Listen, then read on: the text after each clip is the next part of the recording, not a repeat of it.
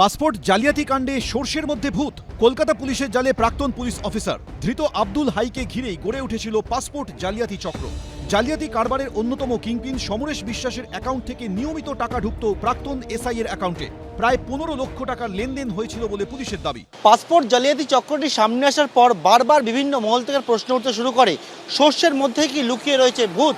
এবং এই জালিয়াতি চক্রে তদন্ত করতে গিয়ে গ্রেপ্তার হয়েছে একজন পুলিশের অফিসারই।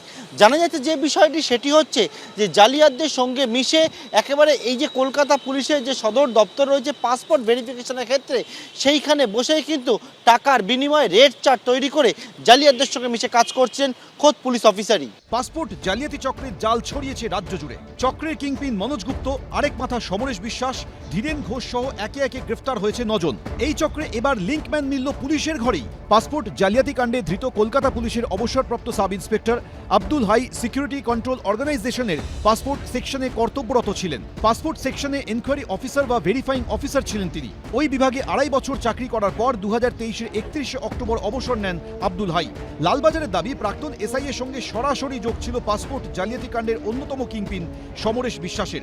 আব্দুল হাইয়ের অ্যাকাউন্টে গত 2 বছরে জমা পড়েছে প্রায় 15 লক্ষ টাকা। সমরেশের অ্যাকাউন্ট থেকে দফায় দফায় টাকা যেত প্রাক্তন এসআই এর কাছে। গোয়েন্দারা বলছেন, পাসপোর্ট জালিয়াতি চক্রে মোডাস অপারেন্ডি ছিল ট্রাভেল এজেন্সি খুলে অনুপ্রবেশকারীদের মক্কেল হিসেবে পাকড়াও করা। এরপর প্যাকেজ সিস্টেমে অফার দেওয়া হতো। প্রথমে জাল নথি তৈরির জন্য বরাদ্দ হতো টাকা, তারপর পাসপোর্ট চাইলে তার আলাদা ব্যবস্থা। জাল নথি দিয়ে পুলিশ ভেরিফিকেশন রিপোর্ট পেতে ধৃত সাব ইন্সপেক্টর নিতেন 20 থেকে 25,000 টাকা। সমরেশ বিশ্বাস যে একটা ফ্রড, এটা কিন্তু প্রতিষ্ঠিত। আব্দুলাই কোনো কাজ করেনি। আব্দুলাই কিন্তু সমরেশ বিশ্বাস যে ফ্রড সেটা জানতো। তার সঙ্গে he is in closely league with Samaresh বিশ্বাস। যেভাবে টাকাগুলো তার ব্যাংক অ্যাকাউন্টে যেভাবে ট্রান্সফার হয়েছে, বছরের পর বছর ধরে ট্রান্সফার হয়েছে, তাতে পরিষ্কার যে ও এদের সঙ্গে জড়িত। কিন্তু বেআইনিভাবে পাসপোর্ট কাদের হাতে তুলে দেওয়া হয়েছে? সেই সমস্ত পাসপোর্ট হোল্ডাররা কোথায়? পাসপোর্ট জালিয়াতি কাণ্ডে ধৃতদের মোবাইল ফোন বাজেয়াপ্ত করে ডিজিটাল তথ্য সংগ্রহ করতে চাইছে পুলিশ। বাংলাদেশ থেকে জঙ্গি আসছে, পশ্চিমবঙ্গে আসছে, পুলিশ অ্যারেস্ট হচ্ছে। আপনার মুখ্যমন্ত্রী কোন লজ্জাটাও কি নেই ওনার, বা মুখ্যমন্ত্রী দলের লোকেদের লজ্জা আছে কিনা আমরা বুঝতে পারছি না। পাসপোর্ট জালিয়াতি এটা নতুন নয়। পাসপোর্ট জালিয়াতি অন্য রাজ্যেও হয়, এখন অনেক কমেছে। যারা করছে তাদের পুলিশ ধরছে। রাজ্যের আর কোথায় ছড়িয়েছে পাসপোর্ট জালিয়াতি চক্রের জাল, তার সন্ধান চালাচ্ছে পুলিশ। পার্থপ্রতিম ঘোষ, জয়ন্ত পাল ও সত্যজিৎ বৈদ্য, এবিপি আনন্দ।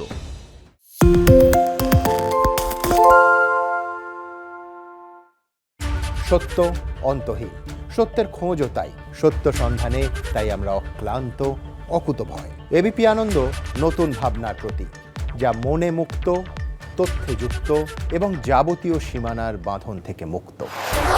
সীমা না শব্দটির মধ্যে লুকিয়ে আছে মানা শব্দটি, যেন চোখ রাঙানি এক অদৃশ্য বেড়াজাল, যা আটকে রাখে আমাদের এক ছোট্ট গণ্ডির মধ্যে। একমাত্র সঠিক খবরই গড়ে তুলবে এক মুক্ত সমাজ। সেই জগৎ গড়ার লক্ষ্যে কোনো সীমানার ঠুকুটি আমরা মানব না। এবিপি আনন্দ এগিয়ে থাকে, এগিয়ে রাখে।